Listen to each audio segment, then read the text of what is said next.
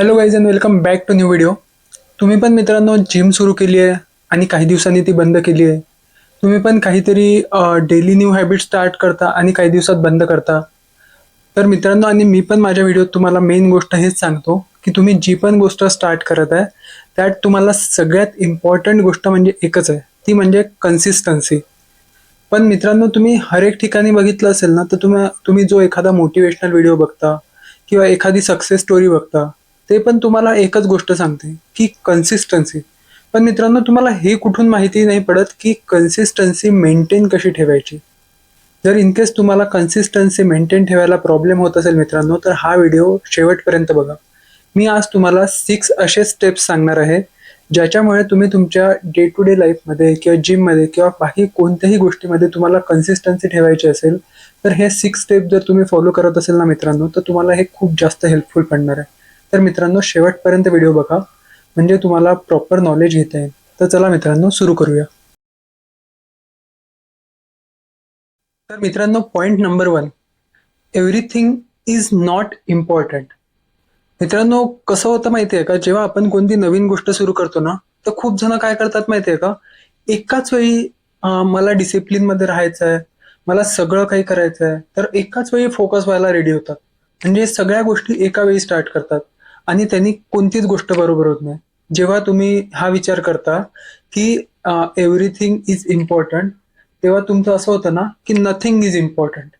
कारण की जेव्हा तुम्ही विचार करता की आता मला एकाच वेळी सगळ्या गोष्टी स्टार्ट करायच्या, तर तुमचा ब्रेन त्या गोष्टीसाठी रेडी नसतो मित्रांनो. आणि तुम्हाला तितक्याच जास्त क्रेविंग्स किंवा तितकेच जास्त सोडायचा विचार येतो. तर म्हणून जेव्हा तुम्ही स्टार्ट करताना मित्रांनो, तर तेव्हा एका गोष्टीपासून स्टार्ट करा. तुम्हाला डिसिप्लिन मध्ये राहायचं आहे, तर सगळ्यात पहिले मॉर्निंग रुटीन सुधारा. सकाळी उठणं सुरू करा. काही दिवसासाठी ती फक्त एक स्किलवर फोकस करा की काही झालं तरी मी सकाळी उठलो पाहिजे. त्याच्यानंतर तुम्ही एक एक गोष्टी सुरू करा. काही दिवसांनी तुम्ही जिम स्टार्ट करा. त्याच्या पहिले तुम्हाला वाटलं तर तुम्ही मॉर्निंग रनिंग स्टार्ट करा.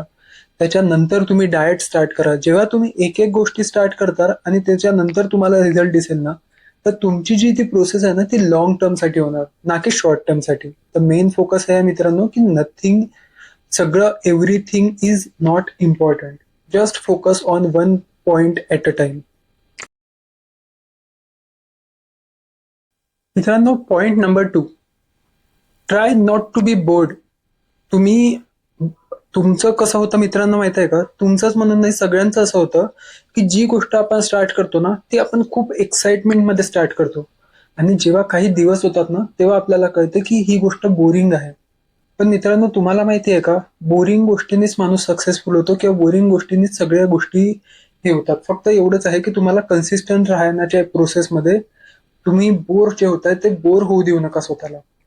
मित्रांनो, जर इन केस कोणी जिम स्टार्ट करत आहे किंवा कोणी डाएट करत आहे, तर काही दिवसातच बोर होतात. पण मित्रांनो, तुम्ही मेन फोकस ही गोष्ट लक्षात ठेवा की जी गोष्ट, जी जितकी बोरिंग गोष्ट तुम्ही जितक्या जास्त टाइमसाठी करता, तितकाच मोठा सक्सेस तुम्हाला समोर मिळतो. तर मित्रांनो, जेव्हा तुम्ही एकच बोरिंग गोष्ट कंटिन्युअस करत आहे, तेव्हा माइंडमध्ये फक्त हेच ठेवा की ही बोरिंग गोष्ट जी आहे ना, ही माझ्या आतमध्ये जे चेंजेस आहे ते होत आहेत. फक्त एवढंच आहे की ते तुम्हाला दिसत नाहीये सध्या. पण असं नाही आहे मित्रांनो की ते चेंजेस होत नाहीये. ज्या दिवशी तुम्हाला ते चेंजेस दिसायला लागेल ना मित्रांनो, तर तीच बोरिंग गोष्ट तुम्हाला इंटरेस्टिंग वापस वाटेल. जेव्हा तुम्ही स्टार्ट केली ना, तितकीच इंटरेस्टिंग तुम्हाला तेव्हा वाटेल जेव्हा तुम्हाला ते रिझल्ट दिसायला लागेल. तर म्हणून मित्रांनो, की ज्या गोष्टी तुम्ही स्टार्ट करताय ते तुम्हाला स्वतःला बोर फील होऊ देऊ नका. मित्रांनो, point number 3, don't break your promise to your self. मित्रांनो, जे तुम्ही स्वतःला प्रॉमिस केलं आहे ते तोडू नका.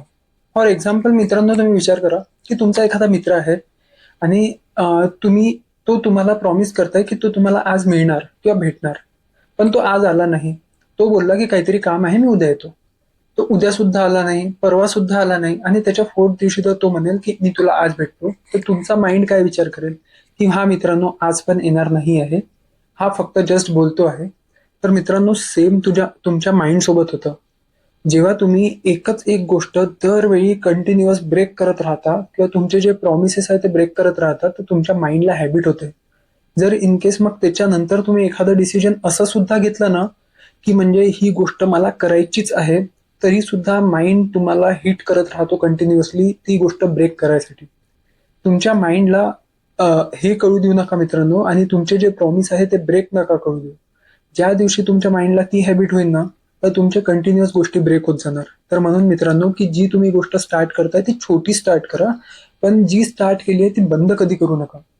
जी तुम्ही एखादी हॅबिट, तुमच्यासाठी गुड हॅबिट जे स्टार्ट करत आहे, ती ब्रेक जेव्हा तुम्ही करताना मित्रांनो, ती कितीही छोटीशी हॅबिट का ना असो, पण ते तुमच्या माइंडला त्याची सवय लागत जाते, आणि त्याच्यामुळे तुम्हाला काही दिवसांनी तुमचा माइंड त्या गोष्टीसाठी तितका जास्त सपोर्टिव्ह नाही राहत, जितका तुम्ही स्टार्टिंगला त्या एक्साइटमेंटमध्ये ती गोष्ट स्टार्ट केली असते.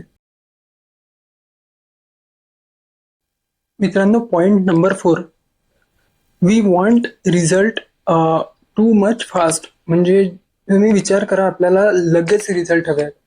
तुमचा विचार असा आहेत ना मित्रांनो, की तुम्ही आज झाड लावलं आणि मला उद्याच फळ हवं आहे. मित्रांनो, जे मेन, आता मी एक जिमचं एक्झाम्पल देतो, की फॉर एक्झाम्पल मला इतक्या इतक्या डेजमध्ये ॲब्स हवे आहेत. तर मित्रांनो, हे डिसिजन तुम्ही घेतलाय, पण तुमची जी प्रोसेस आहे ती प्रोसेस असं तर नाही आहे ना मित्रांनो, की जर तुम्ही डिसिजन घेतलाय की तुम्हाला 30 डेजमध्ये ॲब्स पाहिजे आहेत आणि तुम्ही 30 डेज एक्सरसाइज केली आणि तुम्हाला काहीच रिझल्ट भेटला नाही, असं तर मित्रांनो पॉसिबल नाही आहे.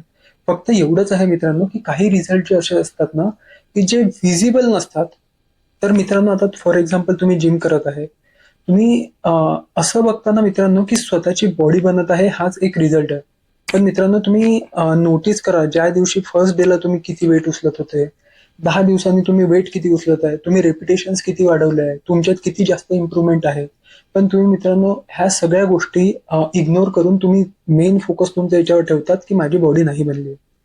मित्रांनो, जेव्हा आपण रिझल्ट खूप जास्त लवकर एक्सपेक्ट करतो ना, तर तेव्हा आपल्याला जे माइंड असतं ना, तो माइंड डायव्हर्ट करायचा ट्राय करतो, की आता रिझल्ट नाही आले ना, तर आपण इथे क्लोज करून टाकू आणि इथेच बंद करून टाकू, आणि या प्रोसेसने रिझल्ट नाही येणार आहे. पण मित्रांनो, इंटरनली तुमचे रिझल्ट असतात, जे तुम्हाला दिसत नाही वेळेवर, आणि ज्याच्यामुळे तुम्ही हे डिसिजन घेता. म्हणून मित्रांनो, लवकरात लवकर रिझल्ट हवे हा विचार तुम्ही करू नका.